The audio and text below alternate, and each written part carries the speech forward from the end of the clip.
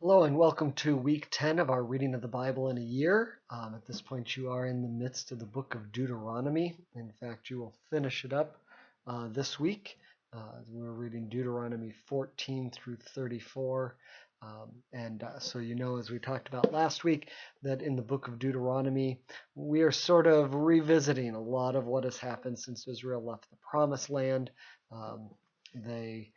Moses has brought them once again after their 40 years of wandering because of their rebellion in the book of Numbers. They are now again approaching the edge of the Promised Land. Moses will not be entering there, and so he is reminding them of the things that have happened, the things that they've done, the promises of God, and the things that God has asked of them. So in this section, we get a lot of that rehashing. It goes over the Passover once again and what those celebrations are to look like in chapter 16. There is in chapter 29 a renewal of the covenant that God made, the promises made, reminding them of God's promises. A little bit earlier than that, there's a reminder of what will happen if you disobey, what will happen if you obey. And you see other things that we've just read about recently, cities of refuge, don't worship other gods. All of this is sort of rehashed in these chapters.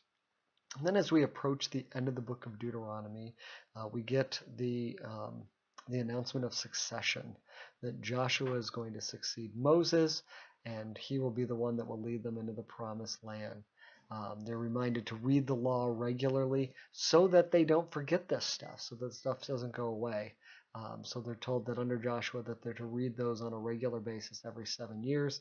And then in chapter 32, we get the Song of Moses, where he is praising God for all that he's done, reminding the people of the things of God, and reminding them to take the words to heart and to teach them to your children.